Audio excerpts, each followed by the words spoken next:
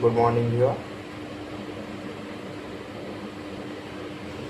SIR নিয়ে আমার দুই একটি মত প্রকাশ, যেটা আমি একটা ভোটার, আমার গণতান্ত্রিক অধিকার।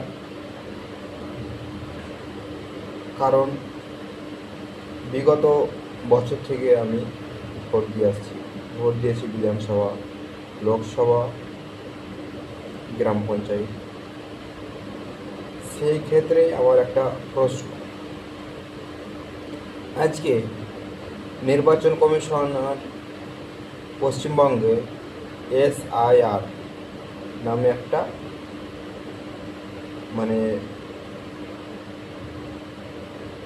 ভোটারদের অধিকার কেড়ে নেওয়ার চক্রান্ত করছে। জ্যান্ত উদাহরণ, এমনকি মুসলিম বিধ্বস্ত এলাকাতে প্রায় 80-90% ভোট বাদ। অর্থাৎ এই যে ভোটারদের নিয়ে যে নির্বাচন কমিশনার বারবার মানুষকে হয়রানির মুখে ফেলে দিচ্ছে। প্রথমে আমরা দেখেছি বিএলওর কাছ থেকে শুরু করে ব্লক নেতৃত্বরা যে গাইডলাইনগুলো বলেছিল নির্বাচন কমিশনার, সেই গাইডলাইন মেনেই প্রত্যেকটা ভোটার, শিক্ষিত অশিক্ষিত সবাই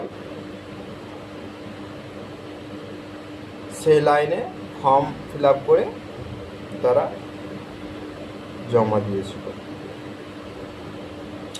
আমার প্রশ্ন হচ্ছে একটাই, আমার নোটিশ এসেছিল, সেই নোটিশে লেখা ছিল 6 জন।